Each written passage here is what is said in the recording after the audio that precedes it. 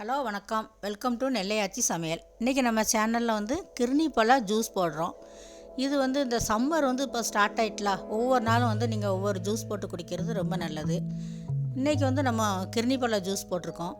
ஏற்கனவே நம்ம சேனலில் நெல்லிக்காய் ஜூஸு, வாழைத்தண்டு ஜூஸ் எல்லாம் போட்டிருக்கோம். அதையும் நீங்கள் பாருங்கள். பார்த்துட்டு இது கிர்னி பழ ஜூஸ் போட்டு குடிச்சு பார்த்துட்டு எப்படி இருக்குங்கிறத எனக்கு கமெண்ட் பண்ணுங்கள், ஷேர் பண்ணுங்கள், லைக் பண்ணுங்கள், கண்டிப்பாக சப்ஸ்கிரைப் பண்ணுங்கள். வாங்க ஜூஸ் எப்படி பண்ணுறதுங்கிறத பார்ப்போம். இப்போ நம்ம கிர்னி பழம் ஜூஸ் போட போகிறோம். எப்படிங்கிறது பார்ப்போம். அதே மாதிரி இப்போ சம்மர் ஸ்டார்ட் ஆகிட்டு, அதனால் டெய்லி நீங்கள் ஒவ்வொரு ஜூஸ் போட்டு குடிங்க. கண்டிப்பாக இளநீர் சாப்பிடுங்க, நீர்மோர் சாப்பிடுங்க. ஒவ்வொரு நாள் ஒவ்வொரு ஜூஸ் போட்டு குடிங்க. கிர்னி பழம் ஒரு நாள், வாட்டர்மெலன் ஒரு நாள், இப்படி ஒவ்வொரு நாளும் ஒவ்வொரு ஜூஸ் போட்டு குடிங்க. இன்றைக்கி நம்ம கிர்னி பழம் ஜூஸ் போட்டு குடிக்க போகிறோம். எப்படிங்கிறத பார்ப்போம். இது ஒரு முழு பழம், கிர்னி பழத்தை கட் பண்ணி வெட்டி வச்சுருக்குறோம். இது சப்ஜா விதை. இது 2 ஸ்பூன் எடுத்து அரை மணி நேரத்துக்கு முன்னால் இதை ஊற வச்சுக்கோங்க.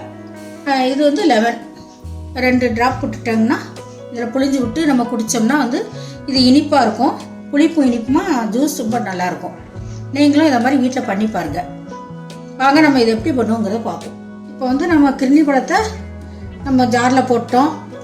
ஜூஸ் புளியை இதில் கொஞ்சம் நம்ம தண்ணி ஊற்றிக்கலாம். தண்ணி ஊற்றிட்டு கொஞ்சமாக லெமன் புளிஞ்சுக்கோங்க.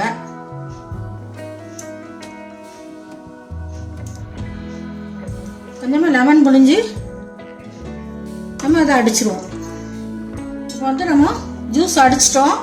இதை நம்ம வடிகட்டிக்கலாம்.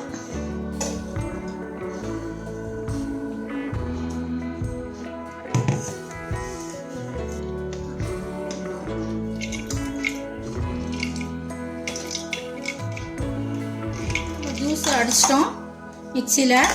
இப்போ உங்களுக்கு இது இனிப்பு நார்மலாக தான் இருக்கும். உங்களுக்கு இனிப்பு கூட வேணும்னா நாட்டு சக்கரை போட்டுக்கலாம், இல்லைன்னா தேன் கலந்துக்கலாம். போட்டுக்கோங்க. நான் இன்றைக்கி இப்படி தான் வெறுமனை தான் அடிச்சிருக்கிறோம். இதில் இந்த சப்ஜா விதையை இதில் போட்டுக்கோங்க. இது நல்லா குளிர்ச்சி.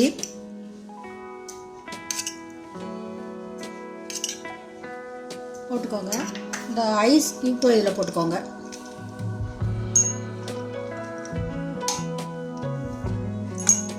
நம்ம குடிக்க வேண்டியதான்.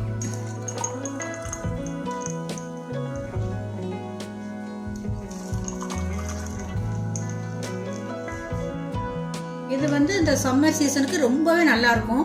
குளிர்ச்சியாக ரொம்ப நல்லாயிருக்கும். நீங்களும் உங்கள் வீட்டில் இதை மாதிரி பண்ணி பாருங்கள்.